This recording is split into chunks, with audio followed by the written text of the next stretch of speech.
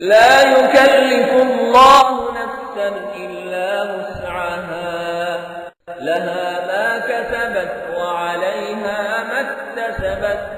ربنا لا تؤاخذنا إن نسينا